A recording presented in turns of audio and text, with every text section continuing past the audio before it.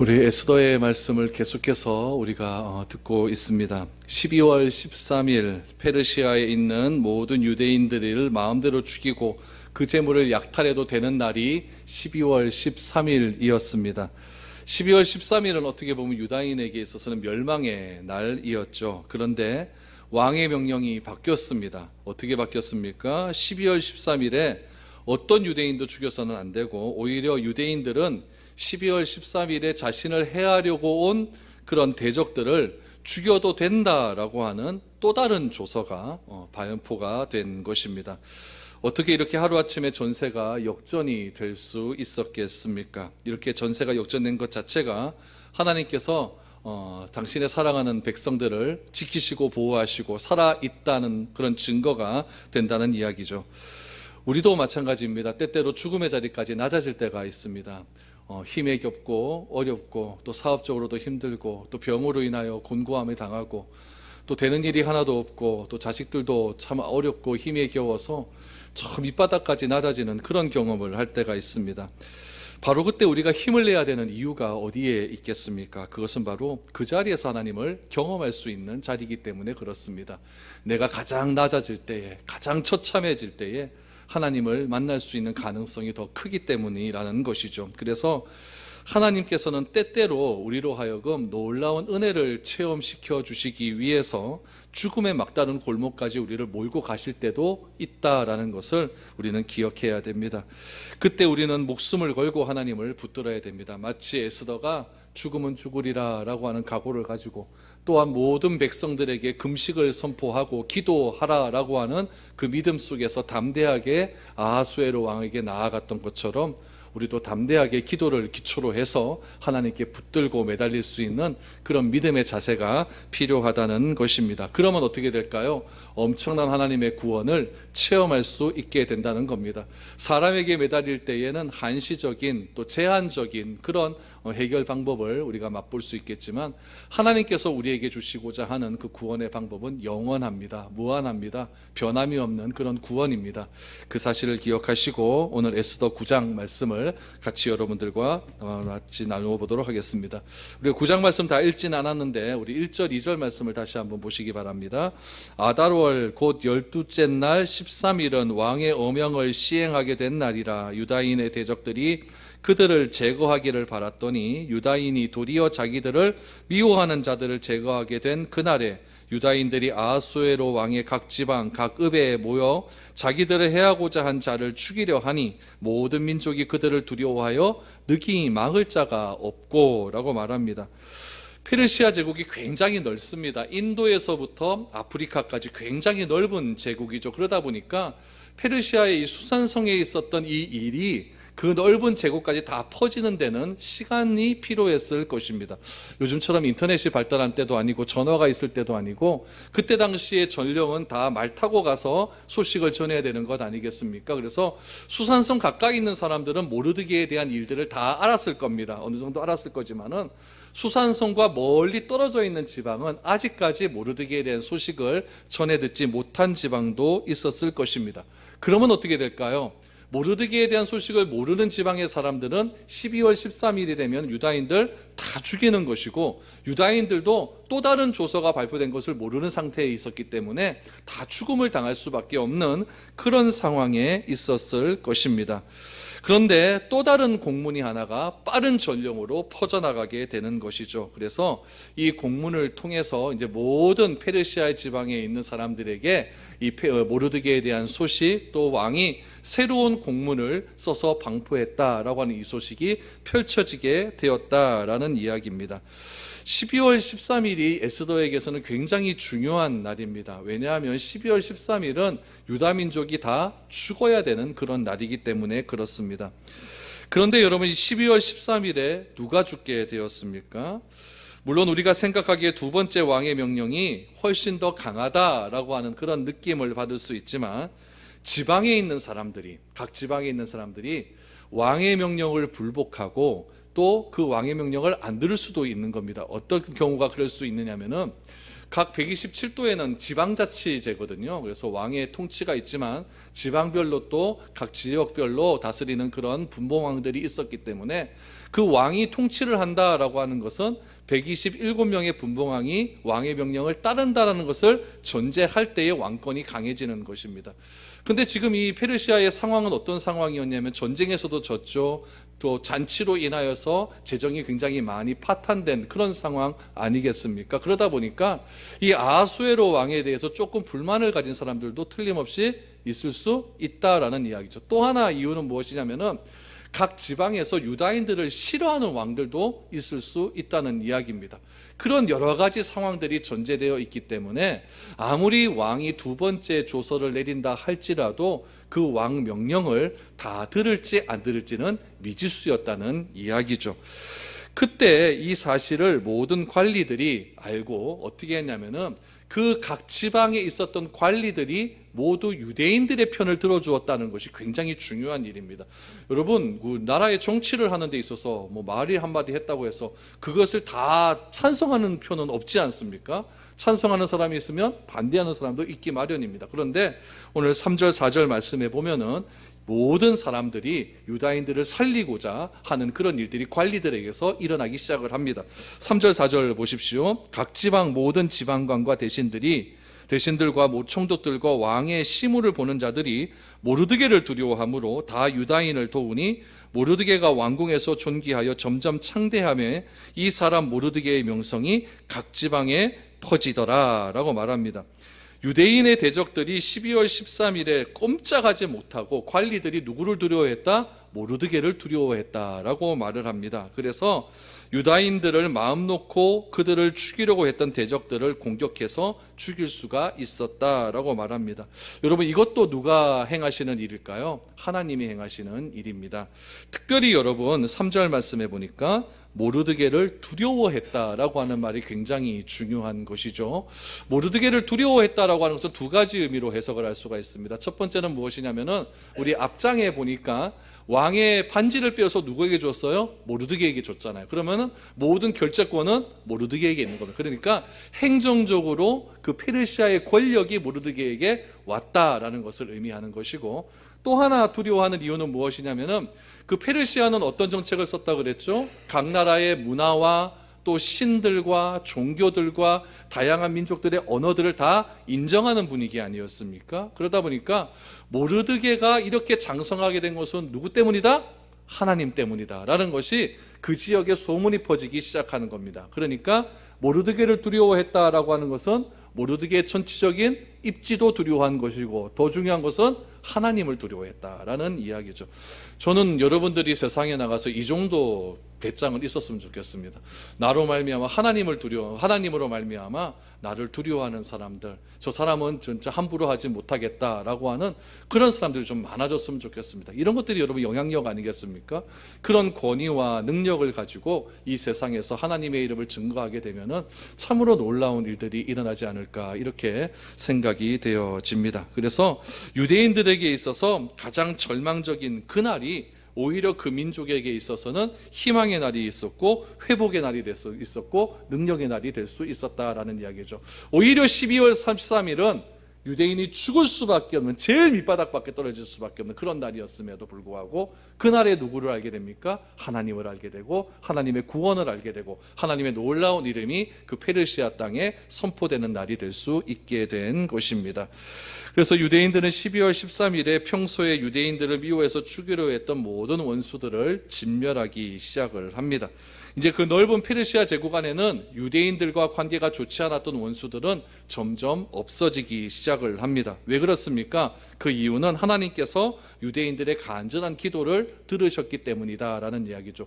그 기도의 출발이 어디서 시작됩니까? 에스더가 모르드게에게 온 유대인들로 하여금 3일 동안 금식하게, 나를 위하여 기도하게 하소서, 여기서부터 출발이 되어서 그 모든 페르시아 내에 있는 유대인들이 같이 합심하여 기도하게 되었고, 그 기도의 결과가 민족을 살리는 결과가 되었다라는 이야기입니다. 저는 이런 일들이 우리 교회에서도 좀 일어났으면 좋겠어요.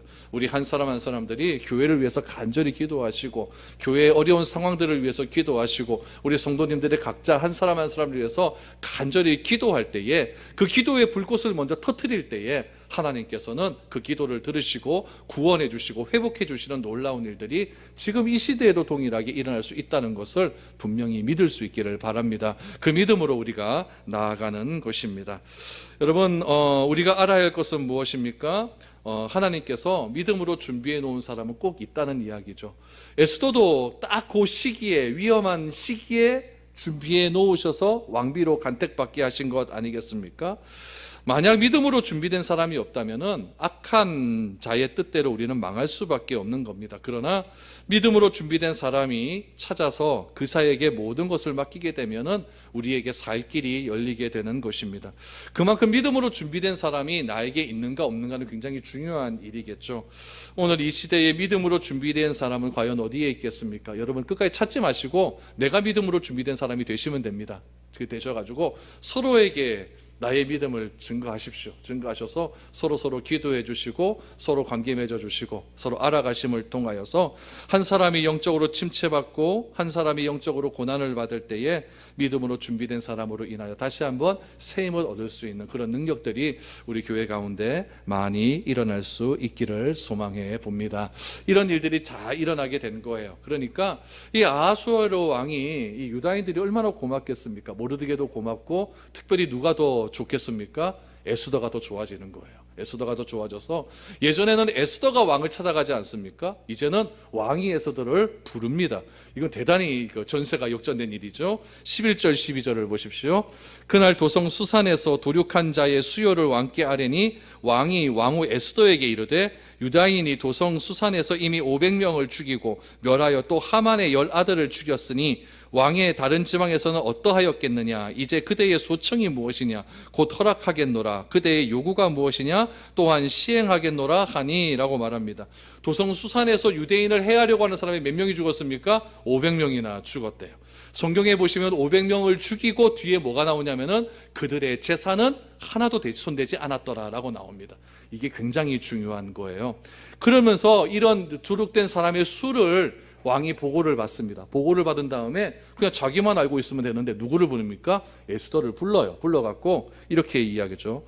유다인이 도성 수산에서 500명이나 죽였댄다. 그러면서 하는 말이 무엇이냐면 또 너의 소원이 무엇이냐. 이게 자꾸 좋은 거죠. 와이프가 자꾸 좋은 거죠. 좋으니까 자꾸 이렇게 얘기하는 거예요. 여러분, 이렇게 에스더가 왕에게 신뢰를 받고 믿음을 가지게 할 수 있는 원인이 어디에 있겠느냐라는 이야기입니다. 왕이 그만큼 에스더를 신뢰하게 된 이유는 바로 모르드게 때문입니다. 모르드게는 하만과 다르다는 이야기죠. 하만은 가만히 이야기를 하다 보면 뭔가 좀 찜찜해요. 자꾸 무슨 정치적인 거래를 하려고 하고 또 내가 뭐 하나 했으면 뭐 하나 주십시오 막 이런 식으로 정치적인 거래를 자꾸 하려고 하는 것이 보입니다.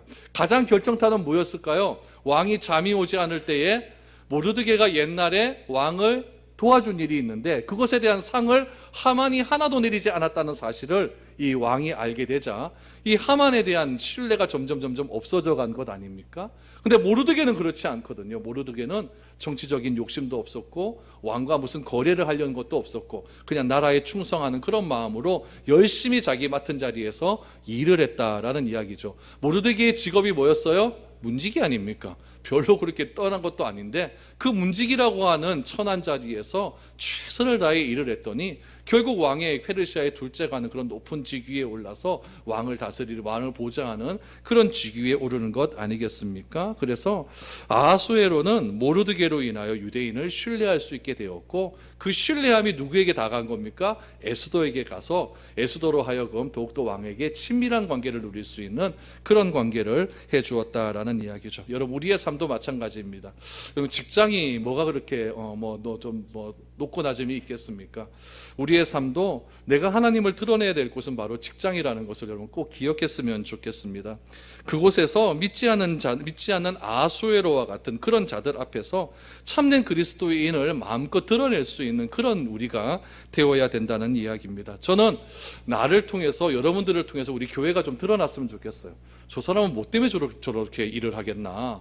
그리고 나는 교회 다니기 때문에 그렇다. 무슨 교회고? 미래로 교회다. 어디 있노? 하원에 있다. 하원이 어디고? 막 이렇게 나가야 되는 건 아니겠습니까?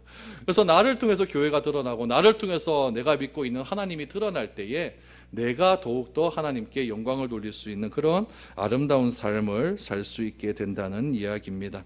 특별히 여러분 13절 14절 보십시오. 왕이 소원을 묻자 에스더가 말하죠. 에스더가 이르되 왕이 만일 좋게 여기시면 수산에 사는 유다인들이 내일도 오늘 조서대로 행하게 하시고 하만의 열아들의 시체를 나무에 매달아 하소서 하니 왕이 그대로 행하기를 허락하고 조서를 수산에 내리니 하만의 열아들의 시체가 매달리니라. 에스더의 철저함을 보십니까? 여자가 한을 품은 이래 무섭습니다. 여러분, 에스더는요 아마도 수산성이 유대인을 반대하는 자들이 가장 많이 집결된 것이고 하루 만에 원수들이 다 뿌리 뽑히지 않았다는 사실을 알고 있었던 것 같습니다. 수산선에 500명이 죽었습니다. 500명이 죽었는데 그것보다도 더 중요한 건 무엇이겠습니까? 하만의 자식들 아니겠습니까? 하만의 자식들은 아직 살아있다는 이야기죠. 하만의 자식들이 만약에 이 모든 사실을 다 알고 나면 누구에 대한 반감이 제일 클까요? 에스더, 모르드게, 유대인에 대한 반감이 제일 크다는 것은 여러분 무례분적 뻔한 일이죠. 그래서 온 천하에 다시는 악한 유대인들을 대적하라고 하지 말라는 강한 메시지를 지금 아하수에로 왕에게 전했다는 이야기죠. 여러분, 에스더는요 자기가 왕비가 된 것을 통해서 다른 유익을 누리려고 일체 생각하지 않았다는 이야기죠. 왕비면 여러분 퍼스트 레이디 아닙니까? 그 퍼스트 레이디의 자리에서 자기가 무엇을 누리고 사치를 하고 권력을 휘둘리려고 한다면 얼마나 많은 권력을 누릴 수가 있었겠습니까? 그러나 이 에스더는 그런 생각 일체 하지 않았다는 이야기죠. 오직 유대인들이 페르시아 안에서 안전하게 살 수 있도록 하는 것, 거기에 집중했다는 거예요. 여러분, 이것을 가리켜서 무엇이라고 하냐면은 사명이라고 하는 겁니다. 사명은 무엇이냐면은 하나님께서 나에게 주신 목적을 분명히 알고 그것에 집중하는 거예요. 여러분, 예수님의 삶을 한번 보십시오. 예수님이 그날 겟세마네 동산에서 기도하시다가 그 금요일 새벽에 잡히지 않습니까? 잡혀서 사람들에게 이제 신문을 받으시고 이제 재판을 받게 됩니다. 재판을 예수님이 잡히시고 그 재판까지 받는 그 시간이 여러분 어느 정도 된다고 보십니까? 그냥 새벽입니다. 11시야 새벽에 잡히셔가지고 재판을 받을 때까지 예수님께서 9시에 달리셨으니까 그 이전까지 재판이 다 이루어졌다는 이야기예요. 얼마나 불합리한 재판입니까? 지금 빌라도와 헤로데에게 계속 왔다 갔다 하는 그런 상황들이 있었고 그런 상황 속에서 예수님께서는 충분히 무엇인가를 하실 수 있었다는 이야기죠. 그런데 예수님은 아무것도 하지 않으셨습니다. 왜 그랬을까요? 이유는 딱 하나예요. 하나님이 자신을 보내신 이유를 알고 있었기 때문에 그렇다는 이야기죠.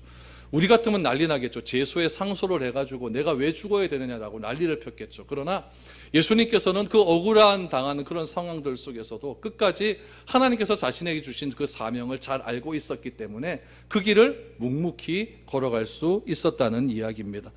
에스더도 마찬가지죠. 에스더가 지금 있는 자리는 지금 최고로 높은 자리입니다. 그리고 왕이 에스더를 굉장히 높여주는 자리이기 때문에 굉장히 지금 높이 올라갈 수 있는 그런 자리였습니다. 그러나 그 자리에서도 에스더는 다른 곳에 눈을 돌리지 않고 하나님께서 나를 왜 이 자리에 보내셨는가에 집중하였다는 이야기죠.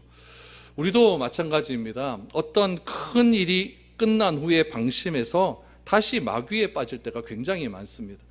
우리 수련회 이제 주간이잖아요. 그렇죠? 여름 되면 수련회 많이 하는데 여러분들도 우리 여름철에 보면 수련회 많이 했을 것 아닙니까? 저도 대학 다닐 때, 고등학교 다닐 때 수련회 참석해서 특별히 대학교 다니고 이럴 때는 제가 조금 이렇게 좀 불이 붙었을 그런 때였기 때문에 수련회만 갔다 그러면 막 은혜 정말 많이 받고 왔거든요. 근데 수련회 갔다 오면 가면은 목사님들이 항상 하시는 말씀이 있었어요. 뭐냐면은 마지막 날 집에 가서 조심해라. 이렇게 집에 가서 조심해라. 집에 가서 조심해라. 왜 집에 가서 조심하냐면 은혜 받고 와서 집에 가서 다 풀어 헤쳐지기 때문에 그래요. 왜 그러냐면 이래요. 한 3박 4일 수련회 갔다 오면 피곤하거든요. 그럼 집에 갔다 오면 뭐라 그럽니까? 팍 던져버리고 잡니다. 그렇죠? 자요. 그럼 엄마가 깨웁니다. 저녁 먹을 때 되면 저녁 일어나 깨우라 그러죠. 그럼 뭐라 그래요? 일어나서 먹으면 되겠구만. 안 먹어요. 됐다. 난 잘난다. 이러면 엄마 뭐라 그래요? 밥 먹으라 하면서 묵고 자라 하면 됐다. 거기서 전쟁이 시작되는 거죠. 그러면서 엄마가 마지막에 카운터 펀치를 날리죠. 은혜 받았다는 게 적하나. 이러면 다 끝나는 겁니다. 말 한마디에 다 끝나버리는 거예요. 여러분, 내가 제일 은혜 받은 그 순간에 우리가 넘어지기는 너무너무 쉽다는 이야기입니다. 에스더도 마찬가지죠. 얼마나 많이 올라갑니까? 얼마나 많이 사회적으로 지금 왕한테 인정을 받는 그런 자리였겠습니까? 그러나 그 자리에서 떨어지기는 너무나 쉽다는 이야기예요. 그때 에스더가 중심으로 잡았던 건 뭐냐면은 하나님께서 나를 왜 이 자리에 보내셨는가? 거기에 집중했다는 이야기죠. 우리 교회도 마찬가지예요. 한참 올라갈 때 조심해야 돼요. 선줄로 생각한 자는 넘어질까 조심하라. 사실 에스더의 경우는요, 바벨론에서 포로로 잡혀온 포로의 딸 아닙니까? 부모는 다 돌아가시고 사촌 오빠의 손에서 자란 아주 불쌍한 아이였습니다. 그가 포로의 딸에서 한순간 대제국 페르시아의 왕비가 되었을 때 얼마나 황당한 일이었겠습니까? 그리고 하나님께서 그의 기도를 들어주셔서 모든 원수를 이기게 하셨을 때 얼마나 시인을 났겠습니까? 그러나 에스더는 조금도 흔들리지 않고 오직 왕에게 더 철저하게 유대인의 원수의 뿌리를 뽑을 수 있도록 하루를 더 연장해 달라라고 말을 합니다. 그 하루는 바로 하만의 10 아들의 시체를 나무에 매달게 해달라라고 하는 그런 간청이었습니다. 여러분 15절 16절을 보십시오. 아달월 14일에도 수산에 있는 유다인이 모여 또 300명을 수산에서 도륙하되 그들의 재산에는 손을 대지 아니하였고 왕의 각 지방에 있는 다른 유다인들이 모여 스스로 생명을 보호하여 대적들에게서 벗어나며 자기를 미워하는 자 7만 5천 명을 도륙하되 그들의 재산에는 손을 대지 아니하였더라. 유대인들이 왕에게 에스더의 간청에 의해서 13일뿐만 아니라 14일 하루의 연장을 더 받습니다. 그래서 유대인들의 원수를 찾아 죽이는데 16절에 보니까 몇 명 죽였다? 7만 5천 명이 죽인 거예요. 7만 5천 명. 굉장히 많은 수가 죽었습니다. 그런데 이 에스더의 저자는 사람을 죽였다라고 말하는 그 뒤마다 반복해서 하는 말이 있어요. 그게 무엇이냐면은 재산에는 손대지 않았다라는 말입니다. 여러분 이것이 왜 중요하냐면요, 유대인들이 7만 5천 명의 유대인 대적들을 죽이고 그들의 재산을 자기의 소유로 삼았다라고 한다면 유대인들은 어마어마한 부자가 될 수 있었던 그런 절호의 기회였습니다. 그런데 유대인들의 대적의 재산은 손 하나 까딱 하지 않았습니다. 왜요? 돈 때문에 그들을 죽인 것이 아니기 때문에 그렇다는 이야기예요. 사람들이 돈 때문에 다 넘어집니다. 나는 목적이 분명히 그 돈 때문에 목적은 아니었음에도 불구하고 돈이 내 눈앞에 보이면 돈에 다 넘어가는 것이 우리의 유혹된 일이라는 이야기죠. 그러나 유대인들은 그렇게 하지 않았다는 이야기예요. 왜냐하면 그 돈에 손을 대는 순간 이 아하수에로 왕이 유대인을 생각했던 그런 믿음들이 한순간에 다 무너질 수 있다고 생각하기 때문에 그렇습니다. 하만을 보십시오. 아하수에로 왕에게 1만 달란트를 준다라고 얘기했습니다. 그때 아하수에로 하만의 마음 가운데 그 1만 달란트를 어떻게 충당하려고 그랬습니까? 12월 13일 날 유대인을 다 죽이고 그들의 재산을 다 빼앗아서 1만 달란트를 만들겠다고 하는 그런 속임수가 있었던 것 아닙니까? 그거 아하수에로가 다 안 거예요. 근데 유대인들을 보니까 그거 아니거든요. 그러니까 점점 유대인들에 대한 신뢰감은 높아져 갈 수밖에 없다는 이야기죠. 그래서 아하수에로 왕은 유대인들에게 무엇을 해주냐면은 13일, 14일을 기념일로 제정을 해서 그날에 기뻐하고 즐거워할 수 있도록 잔치를 베풀 수 있도록 그런 은혜를 베풀어 주립니다. 17절, 18절을 보십시오. 아달월 13일에 그 일을 행하였고 14일에 쉬며 그날에 잔치를 베풀어 즐겼고 수산에 사는 유다인들이 13일과 14일에 모였고 15일에 쉬며 이날에 잔치를 베풀어 즐긴지라. 에스더의 뭐가 중요하다 그랬죠? 잔치가 중요하다 그랬어요. 잔치는 무엇이라고 그랬습니까? 권력의 이동이라고 그랬어요. 누가 잔치를 베푸냐에 따라서 그 잔치 베푼 자의 권력이 나온다고 했습니다. 이 잔치는 지금 누가 베풉니까? 유다인들이 베푸는 잔치예요. 그렇다고 한다면은 에스더 1장에서의 잔치는 누가 베푼 잔치였냐면 아하수에로가 베푼 잔치였어요. 모든 권력은 누구에게 있다? 아하수에로에게 있다는 거예요. 그런데 이상하게 잔치가 지나가면 지나갈수록 5번째, 6번째 잔치를 기점으로 해서 그 잔치의 주체가 누구로 바뀝니까? 유대인으로 바뀌어요. 에스더로 바뀐다는 거예요.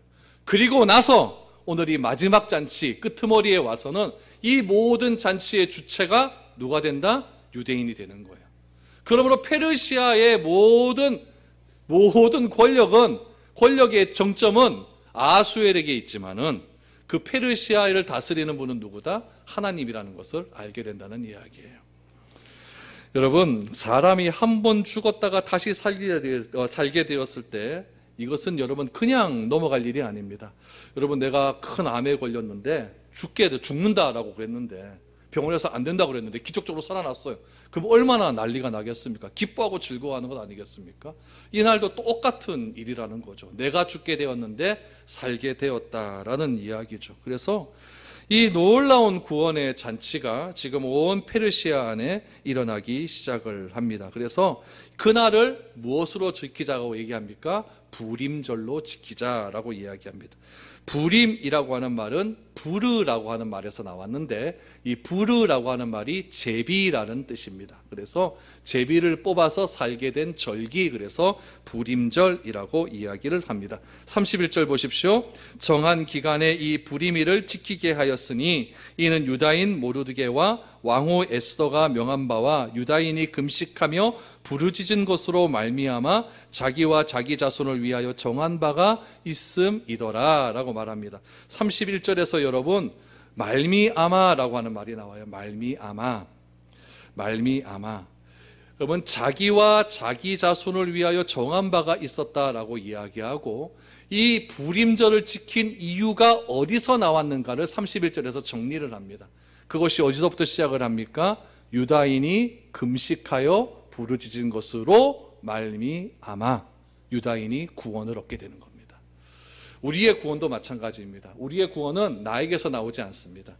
그리스도의 십자가의 죽음으로 말미암아 내가 구원을 얻는 거예요. 구원은 철저하게 밖에서 안으로 오는 사건입니다. 내가 구원을 할 수 있는 능력 자체가 없습니다.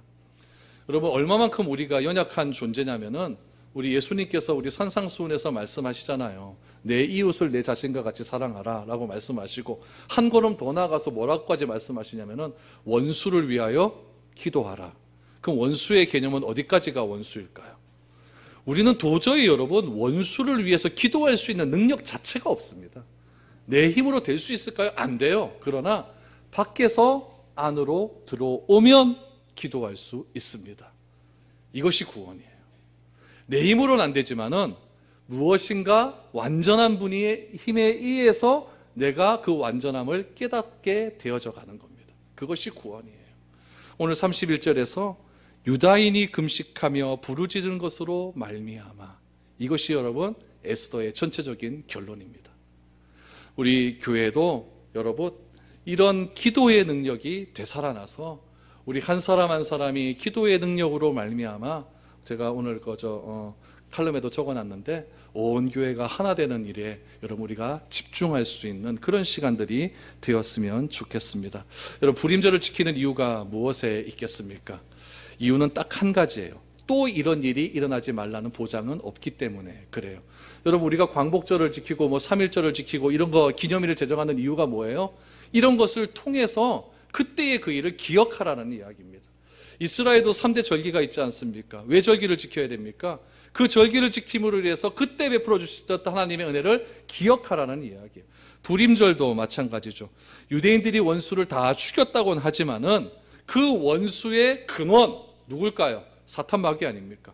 그 마귀는 아직까지 우는 사자와 같이 우리를 공격하려고 기다리고 있기 때문에 에스더는 이스라엘 자손은 이 부림절을 지킴을 통하여서 또 하만과 같은 이스라엘 백성들을 죽이려고 하는 사람이 나타났었을 때 우리가 어떻게 해야 되는지를 다시 한번 되새겨보자라는 데 그 의미가 있다는 이야기입니다. 그래서 그것을 대비해서 하나님의 백성은 날마다 부르짖으며 기도해야 되고, 위기 때에는 에스더처럼 함께 기도하는 마음이 필요하다는 이야기입니다. 여러분, 에스더서는 유다인들이 포로되어 있는 중에 하나님을 믿지 않는 대제국 안에서 하나님의 도움으로 구원함을 얻은 사건이 기록되어 있는 책입니다. 이 에스더에는 하나님이란 말 한마디 나와 있지 않고, 우리 성경적인 이야기는, 어떤 종교적인 이야기는 한마디도 나와 있지 않습니다. 그러나 그 배후에서 역사하시는, 다시 말하면 우연을 가장해서 필연으로 만드시는 하나님의 크고 놀라운 섭리가 다 담겨져 있는 책입니다. 하나님은 우리가 절망적인 상황에 처해 있다 할지라도 우리가 간절히 기도할 때에 반드시 구원해 주실 것이라고 하는 그런 사건이 이 책 속에 기록되어 있습니다.